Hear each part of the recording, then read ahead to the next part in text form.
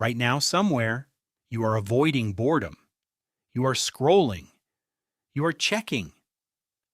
You are refreshing something that already told you nothing new 5 seconds ago. You call this relaxing. It isn't.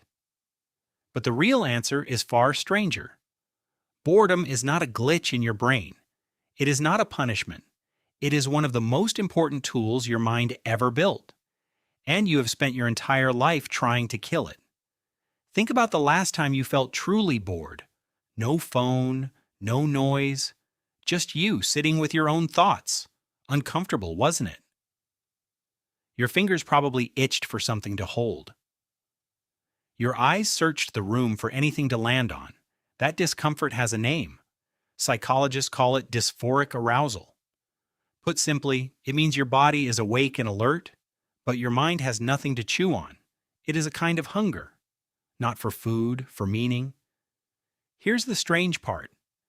That hunger is ancient, older than language, older than fire. Your ancestors did not have Netflix. They did not have podcasts to fill the silence on a long walk. For most of human history, people spent enormous stretches of time doing almost nothing, waiting for prey to appear, waiting for fruit to ripen, waiting out a storm in a cave with nothing to do but sit. And in that waiting, something remarkable happened. The mind began to wander. Dr. John Eastwood, a psychologist at York University, who has spent decades studying boredom, describes it as the uncomfortable feeling of wanting to be engaged in a satisfying activity, but being unable to do so. Notice what that definition does not say. It does not say boredom means nothing is happening. It says your mind wants something to happen, and it is willing to make you deeply uncomfortable until you find it. That discomfort is not an accident. It is a signal. In the same way hunger pushes you toward food, boredom pushes you toward stimulation, novelty, and thought. It is your brain's oldest nudge. Go explore. Go create. Go think about something you have not thought about yet. Consider what boredom actually does to the brain while it happens. In 2012, researchers Sandy Mann and Rebecca Cadman ran a study where participants copied numbers from a phone book for 15 minutes. Mind-numbing, tedious, deliberately boring work. Afterward, those participants performed better on a creative task than a control group who had done something more engaging beforehand. Boring, the mind first made it more inventive after. Why would that happen? Because boredom does not turn the brain off. It turns a different part of the brain on. When you are absorbed in a task, phone in hand, video playing, your brain uses what is called the task-positive network. It is focused, narrow, reactive.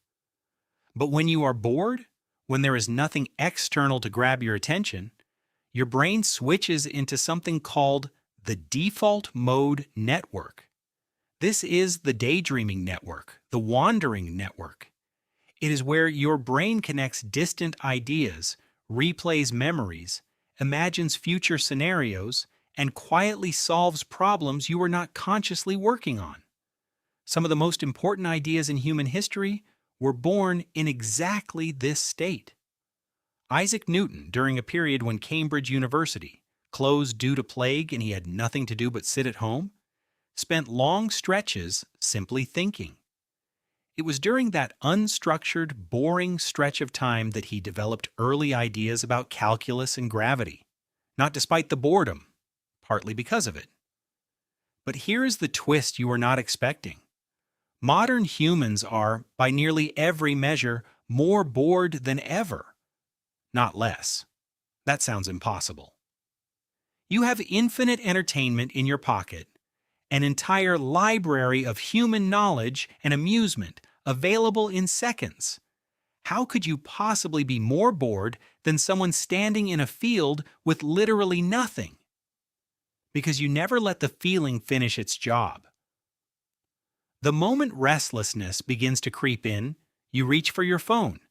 You interrupt the signal before it can send you anywhere useful.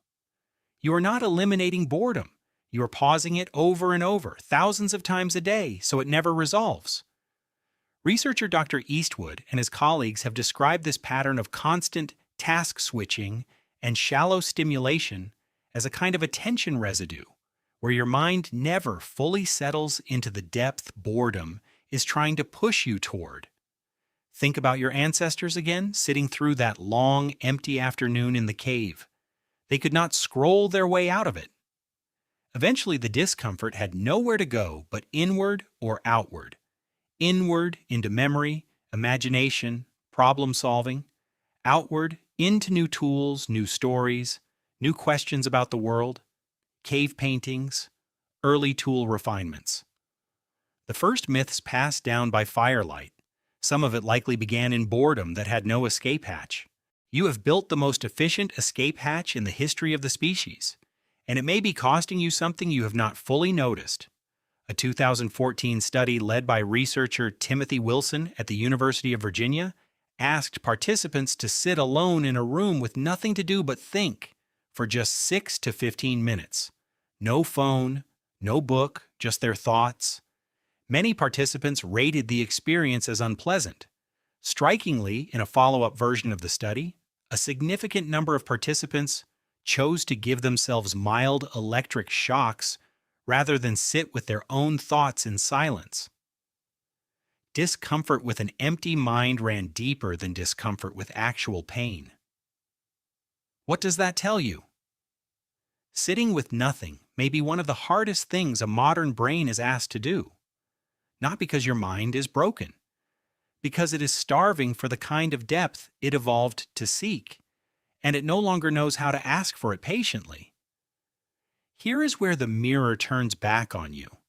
Every time you feel that itch, the one that makes you reach for your phone before you have even consciously noticed the urge, you are feeling the exact same signal your ancestors felt beside a dying fire. Your brain is not asking to be distracted, it is asking to be used. It wants a problem, a story, a question worth chewing on. It wants what boredom has always offered, a mind willing to sit through it. That does not mean every scroll is a tragedy. Rest matters too. But there is a difference between rest and avoidance, and your body knows the difference even when you tell yourself otherwise. The next time boredom arrives, try something almost radical. Let it stay a little longer than usual. Do not reach for anything right away. Watch what your mind does when it has no assignment. It may wander toward a memory you had forgotten. It may quietly start solving a problem you thought you had abandoned. It may simply sit there, uncomfortable, for a while before offering you anything at all. That discomfort is not empty. It never was. It is the oldest engine your species has for turning nothing into something. So the next time you feel that restless itch, ask yourself a different question than usual. Not, what can I watch? Instead, what is this feeling trying to build? Right now, somewhere, you are avoiding boredom. Maybe just this once, let it catch you.